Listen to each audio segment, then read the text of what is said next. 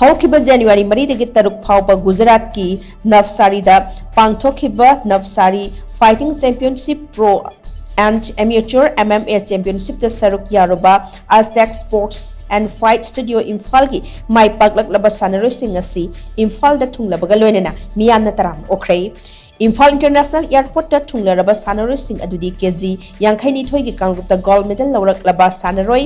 Almis Chawang KG Nifuma Pangi kanglupta gold medal lauraklaba Sanaroi Z Sibra Sharma KG Yankai Taru ki kanglupta gold medal lauraklaba Sanaroi SM Nausat Ali KG Yankaini Thoi gi kanglupta gold medal lauraklaba Sanaroi Ngangom Bema KG Yankaini Thoi gi kanglupta silver medal phanglaba Sanaroi MD Navsari KG Niputerek ki kanglupta silver medal phanglaba Sanaroi Samo Melody amadi KG Nipumanga ki kanglupta silver medal phanglaba Sanaroi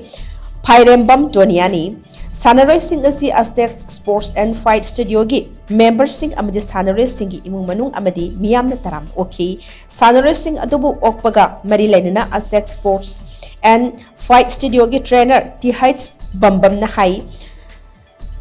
Navsari Fighting Championship asida ahanbo oina Sanaroi taretna Saruk yabani Championship asida Sanaroi mangana gold medal aduga Sanaroi ahumna silver medal phanglakpa asi yamna nungai national gi level da mai paklabanina makhatani international level yauna ba hotnaragani Sanaroi singna thawai yauna hotnabadagi mai paklakpa amadi AZTECS ki oinadi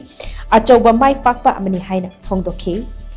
tasingna nungai aitare akoina khara taksaruba akoigi AZTECS Fight Studio na Sanaroising asibu kaida soigidage na section ba ade chenabiba aida tasingna makoina hona jaruba kharaduna akoina tawjaruba kharaduna ishorgi thudandagi sumai torga mai palakpa tasingna akoigi AZTECS Fight Studio gi makaidagi yam nungai ba phongdoksari amadi Manipuri gi makaidi tungi plan da makoi uji national champion oire ado makoi tungi plan je international level da makoi le platform da kana bagi da makoi gi sati gi semjari